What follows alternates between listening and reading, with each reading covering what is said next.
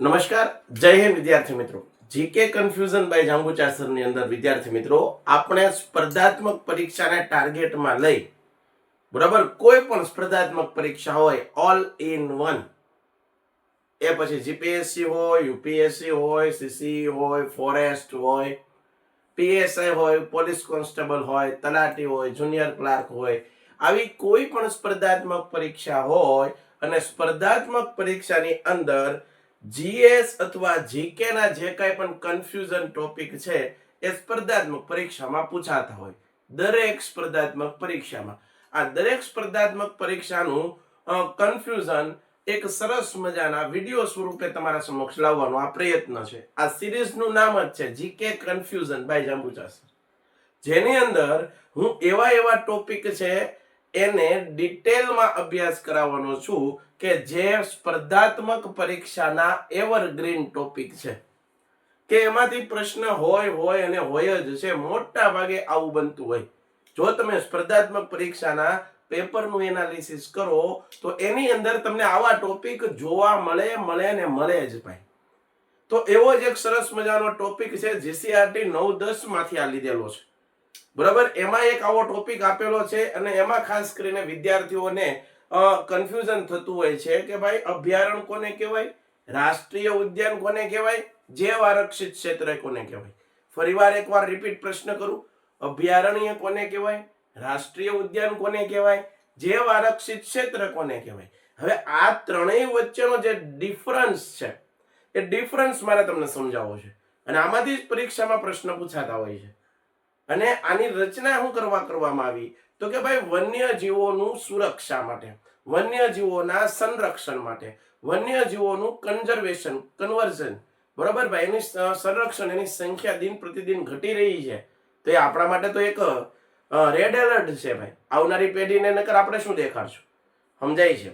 તો વન્યજીવોના સંરક્ષણ માટે આપણે શું કર્યું, અભયારણ્ય બનાવ્યા, અમુક જગ્યાએ રાષ્ટ્રીય ઉદ્યાન બનાવ્યા, જ્યારે અમુક જગ્યાએ જૈવ આરક્ષિત ક્ષેત્રનું નિર્માણ કરવામાં આવ્યું.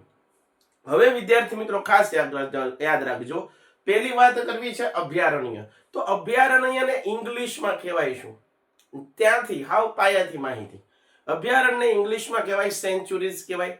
રાષ્ટ્રીય ઉદ્યાન છે તો એને કહેવાય નેશનલ પાર્ક કહેવાય. અને જૈવ આરક્ષિત ક્ષેત્ર છે તો જૈવ આરક્ષિત ક્ષેત્રને કહેવાય ગેમ રિઝર્વ.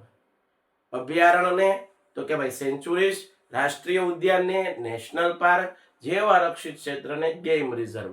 બીજો પોઈન્ટ છે, બીજો પોઈન્ટ અભયારણ્યમાં શું યાદ રાખશું, અભયારણ્યની રચના કોણ કરે છે તો અભયારણ્યની રચના રાજ્ય સરકાર કરે. જે તે રાજ્યની અંદર રાજ્ય સરકાર છે એ અભયારણ્યની રચના કરે.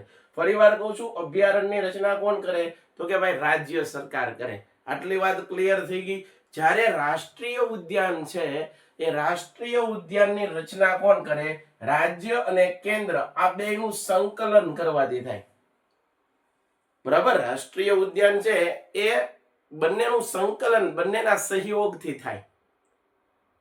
અભયારણ્યની રચના રાજ્ય સરકાર, રાષ્ટ્રીય ઉદ્યાન છે, નેશનલ પાર્ક છે તો એ રાજ્ય અને કેન્દ્ર વચ્ચેના સંકલનથી. જ્યારે જૈવ આરક્ષિત ક્ષેત્ર છે એ આંતરરાષ્ટ્રીય માપદંડોને ધ્યાનમાં રાખીને કરવામાં આવે, કે આંતરરાષ્ટ્રીય માપદંડો અમુક જેના રૂલ્સ એન્ડ રેગ્યુલેશન હોય એને ધ્યાનમાં રાખીને એની રચના થતી હોય છે. ડન છે સાહેબ. હવે સાહેબ અભયારણ્યની અંદર એનું ક્ષેત્રફળની વાત કરીએ. અભયારણ્ય જે વિસ્તારમાં હોય એનું ક્ષેત્રફળ કેવું હોય તો એક વાત યાદ રાખજો, જૈવ આરક્ષિત જે વિસ્તાર છે જે આપણે અહીંયા લખ્યું, આ જૈવ આરક્ષિત વિસ્તાર છે જે ગેમ રિઝર્વ, એ જૈવ આરક્ષિત ક્ષેત્ર છે એ સૌથી વધારે ક્ષેત્રફળ રોકે. આ વાત ક્લિયર કરો પેલા. સૌથી વધારે અભયારણ્ય, રાષ્ટ્રીય ઉદ્યાન અને જૈવ આરક્ષિત ક્ષેત્ર, એમાં સૌથી વધારે ક્ષેત્રફળમાં કયું ફેલાયેલું હોય, જૈવ આરક્ષિત ક્ષેત્ર. એના કરતા ઓછું ક્ષેત્રફળ કોનું હોય તો અભયારણ્યનું. કોનું? અભયારણ્યનું. અને જૈવ આરક્ષિત ક્ષેત્ર, અભયારણ્ય અને એના કરતા પણ ઓછું ક્ષેત્રફળ કોનું હોય તો એનું કરતા પણ અભયારણ્યનું કરતા પણ ઓછું ક્ષેત્રફળ કોનું હોય, નેશનલ પાર્ક. તો તમને હું એક પ્રશ્ન પૂછું કે ક્ષેત્રફળની દ્રષ્ટિએ, વિસ્તારની દ્રષ્ટિએ અભયારણ્ય, જૈવ આરક્ષિત ક્ષેત્ર અને નેશનલ પાર્ક એને તમારે વધારેથી ઓછા ક્રમમાં ગોઠવવાના છે. સૌથી વધારે કોનું છે વિસ્તાર ક્ષેત્રફળ તો કે ભાઈ જૈવ આરક્ષિત ક્ષેત્ર. બીજા નંબરે કોણ આવે અભયારણ્ય. ત્રીજા નંબરે કોણ આવે તો કે ભાઈ નેશનલ પાર્ક. સાહેબ આ એકદમ ક્લિયર થઈ ગયું છે. ઓકે, હવે સાહેબ જુઓ તો કે ભાઈ એનો વિસ્તાર છે એ મોટો હોય છે. કારણ કે આમાં શું છે ખબર છે? કારણ કે અહીંયા શું છે તો કે ભાઈ અહીંયા અમને તમને કહું છું. ચાલો, અભયારણ્ય છે એમાં કેટલી પ્રજાતિ તો કે ભાઈ અભયારણ્ય છે એની અંદર કોઈ એક વિશેષ પ્રજાતિ ઉપર ધ્યાન રાખવામાં આવે. અભયારણ્ય છે તો એમાં આપણે પ્રાણીઓને સંરક્ષણ માટે ત્યાં અભયારણ્ય બનાવતા હોય તો એમાં કોઈ એક વિશેષ પ્રજાતિને ટાર્ગેટ કરવામાં આવે. દાખલા તરીકે સિંહ છે તો સિંહ ઉપર જ વધારે ધ્યાન ફોકસ કરવામાં આવે. બરાબર છે? અભયારણ્યની અંદર કોઈ એક વિશેષ પ્રજાતિ ઉપર શું કરવામાં આવતું હોય છે?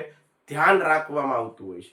રાષ્ટ્રીય ઉદ્યાનમાં જે નેશનલ પાર્કની વાત કરીએ એ નેશનલ પાર્કમાં એક કરતા વધારે પ્રજાતિ ઉપર ધ્યાન આપવામાં આવે. બરાબર છે? રાષ્ટ્રીય ઉદ્યાનમાં એક કરતા વધારે પ્રજાતિ ઉપર ધ્યાન આપવામાં આવે. કેટલાને સમજાણું?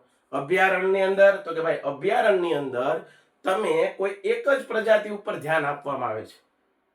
જ્યારે રાષ્ટ્રીય ઉદ્યાનમાં એક કરતા વધારે પ્રજાતિ ઉપર ધ્યાન આપવામાં આવે છે એટલે આ વિસ્તાર કેવો છે? સેન્સિટિવ વિસ્તાર છે. જ્યારે જૈવ આરક્ષિત ક્ષેત્રમાં તો કે ભાઈ પ્રાકૃતિક, સાંસ્કૃતિક, ભૌગોલિક સ્થાન, કોઈ જીવજંતુ, જમીન, કોઈ પ્રાદેશિક વિસ્તારની અંદર કોઈક અલગ રૂઢિ હોય, રહેણી કહેણી હોય, અલગ જીવન જીવતા હોય, એવા લોકો હોય તો એને પણ આ જૈવ આરક્ષિત ક્ષેત્રમાં સમાવેશ કરવામાં આવે. એટલે આનો વિસ્તાર કેવો હોય છે? વધારે. ફરીવાર કહું છું બેટા, ખાસ યાદ રાખજો કે ભાઈ અભયારણ્યની અંદર એક પ્રજાતિને વધારે ધ્યાન આપવામાં આવે, એના ઉપર વધારે કામ કરવામાં આવે, એના ઉપર વધારે ફોકસ કરવામાં આવે. રાષ્ટ્રીય ઉદ્યાનમાં એક કરતા વધારે. જ્યારે જૈવ આરક્ષિત ક્ષેત્ર તો વિસ્તાર પણ મોટો છે એટલે એમાં પ્રાકૃતિક સ્થળોની જાળવણી કરવામાં આવે, સાંસ્કૃતિક અમુક સ્થળો હોય એની જાળવણી કરવામાં આવે, અમુક માણસો આદિવાસી સમુદાય કે જે બધા કરતા કંઈક અલગ જીવનશૈલી, અલગ રીતે જીવી રહ્યા છે તો એનો પણ આમાં સમાવેશ કરવામાં આવતો હોય છે. તો એને જૈવ આરક્ષિત ક્ષેત્ર કહેવાય. બીજી વાત વિદ્યાર્થી મિત્રો, અભયારણ્યની અંદર માનવ પ્રવૃત્તિ અંકુશ સાથે છૂટ. આનો અર્થ સમજાવો. એટલે કે તમે જો અભયારણ્યની અંદર લાકડા વીણવા માટે, કૃષિ કરવા માટે અથવા તો અંદર વિઝિટ કરવા માટે જવાની પરમિશન લેવા જાઓ તો તમને સત્તાધિકારથી મદદથી તમને છૂટ મળે. શું મળે? છૂટ મળે. ટૂંકમાં આજુબાજુ જે લોકો રહેતા હોય એ અંકુશ સાથે અમુક તમને સલાહ સૂચન આપે ને એના ફોરેસ્ટ અધિકારીઓ કે ભાઈ તમે જંગલમાં જાઓ છો તો પ્રાણીઓને હેરાન ન કરતા, ખલેલ ન પહોંચાડતા. બરાબર? તમારું જે કામ છે કરીને તમે વહી આવજો.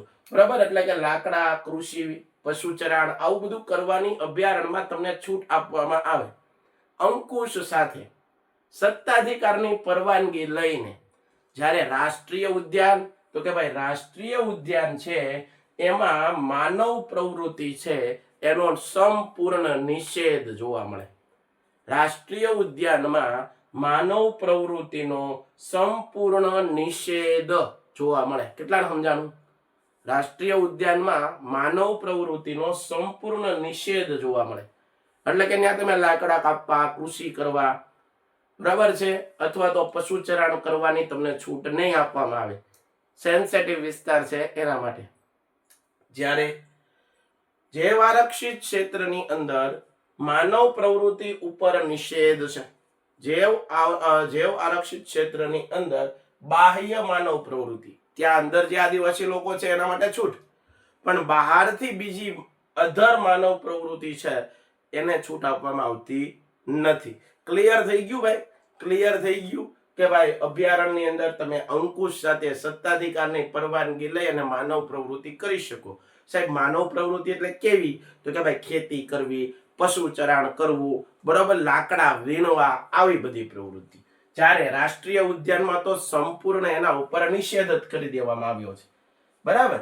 જ્યારે જૈવ આરક્ષિત ક્ષેત્રની અંદર બાહ્ય માનવ પ્રવૃત્તિ ઉપર નિષેધ કરવામાં આવ્યો છે. હવે અભયારણ્યની દિવાલ ફેન્સિંગ કરેલી ઈંટોની પાકી ચણેલી છે. અભયારણ્યની દિવાલ છે એ ફરતે અભયારણ્યની બાઉન્ડ્રીની ફરતે ફેન્સિંગ કરેલી પાકી ઈંટોની ચણેલી દિવાલ વાળી દિવાલ હોતી નથી. તમે અભયારણ્યમાં હો તો તમને ખબર પણ ન પડે કે આ અભયારણ્ય છે. એટલે કે અભયારણ્યની ફરતે ફેન્સિંગ કરેલી ઈંટોની પાકી ચણેલી દિવાલ હોતી નથી. જ્યારે તમે રાષ્ટ્રીય ઉદ્યાન છે એમાં એન્ટર થાવ તો એની ફરતે ફેન્સિંગ કરેલી ઈંટોની પાકી ચણેલી દિવાલ હોય છે. ફેન્સિંગ કરેલી ઈંટોની પાકી ચણેલી દિવાલ હોય છે. કેટલાને ક્લિયર થયું ભાઈ? કેટલાને ક્લિયર થયું? ડન થયું. તો આ અભયારણ્ય, રાષ્ટ્રીય ઉદ્યાન, જૈવ આરક્ષિત ક્ષેત્રને કમ્બાઈનમાં જો ભણીએ તો આપણને વ્યવસ્થિત રીતે એ ટોપિક સમજાય જાય. હવે જોઈએ અભયારણ્યની સંખ્યાની વાત કરીએ. આ તમારું જીસીઆરટી 9મું અને 10મું એમાં આંકડા આપેલા છે. બરાબર છે? એમાં તમને આંકડા આપેલા છે. તો અભયારણ્યની સંખ્યા છે એ ભારતમાં 531 છે. હવે વધે, અપડેટ આવશે એટલે એમાં કંઈક વધારે સંખ્યા આવશે. ગુજરાતમાં 23 છે. જેવા કે અભયારણ્યની અંદર તો પેરિયાર, એતુર નાગરમ, ચંદ્રપ્રભા આ બધા વગેરે અભયારણ્ય છે. આના માટેનો એક અલગ વિડીયો લાવશું કે જેની અંદર અભયારણ્ય, કયું અભયારણ્ય ક્યાં આવેલું છે, બરાબર, એનો જ આખો એક લેક્ચર લાવશું. કયું અભયારણ્ય, કયું રાષ્ટ્રીય ઉદ્યાન, કયું જૈવ આરક્ષિત ક્ષેત્ર ક્યાં અને કઈ જગ્યાએ આવેલું છે એનું આખું કન્ફ્યુઝન દૂર કરશું. બરાબર. પણ અત્યારે ખાલી આપણને આના ફેક્ટ સમજાવવા જોઈએ કે અભયારણ્ય, રાષ્ટ્રીય ઉદ્યાન અને જૈવ આરક્ષિત ક્ષેત્ર છે એના વચ્ચેનો ડિફરન્સીસ શું છે, એના વચ્ચેનો તફાવત શું છે એ મારે તમને આવડવું જોઈએ. એની સંખ્યા ભારતમાં 100 જો રાષ્ટ્રીય ઉદ્યાન છે તો એની ભારતમાં સંખ્યા 103 છે. ગુજરાતમાં 4 છે. Gir national park, Jim Corbett national park, Kaziranga રાષ્ટ્રીય ઉદ્યાન આ બધા રાષ્ટ્રીય ઉદ્યાન છે. એના પછી જૈવ આરક્ષિત ક્ષેત્ર એની સંખ્યા ભારતમાં કેટલી છે? 18 છે. જ્યારે ગુજરાતમાં 1 છે. અને ગુજરાતમાં કચ્છના ચારીઠંઠ નામનો વિસ્તાર છે એ જૈવ આરક્ષિત વિસ્તાર, ગુજરાતનો એકમાત્ર જૈવ આરક્ષિત વિસ્તાર જાહેર કરવામાં આવ્યો છે. તો આશા રાખું છું વિદ્યાર્થી મિત્રો મારે જે તમને કન્ફ્યુઝન સમજાવું હતું એ હતું અભયારણ્ય, રાષ્ટ્રીય ઉદ્યાન અને જૈવ આરક્ષિત ક્ષેત્ર. આમાં વિદ્યાર્થીઓ અટવાતા હોય છે. એને ખબર જ નથી હોતી કે અભયારણ્ય અલગ છે, રાષ્ટ્રીય ઉદ્યાન અલગ છે અને જૈવ આરક્ષિત ક્ષેત્ર અલગ છે. હા, એક એનો હેતુ સારો છે કે ભાઈ બધાનો હેતુ એક જ છે, વન્યજીવોનું રક્ષણ, સંરક્ષણ અને સંવર્ધન કરવું. પણ ત્રણેયના અલગ અલગ નીતિ નિયમો છે. એનું આ ત્રણેયનું અલગ અલગ બંધારણ છે. ત્રણેયના અલગ અલગ નિયમોના આધારે કામ કરે છે. એ વાત આપણે આજના લેક્ચરમાં સમજ્યા. આશા રાખું કે તમને આ કન્ફ્યુઝન કામ લાગશે. આ માત્ર ને માત્ર કોમ્પિટિટિવ એક્ઝામના વિદ્યાર્થીઓ માટે નહીં, પરંતુ જે પાયાથી અભ્યાસ કરી રહ્યા છે એવા વિદ્યાર્થી મિત્રોને પણ કામ લાગશે. તો હવે પછી કંઈક બીજા ટોપિક સાથે આપણે મળશું. ત્યાં સુધી જય હિન્દ, જય ભારત, ધન્યવાદ. ભારત માતા કી જય.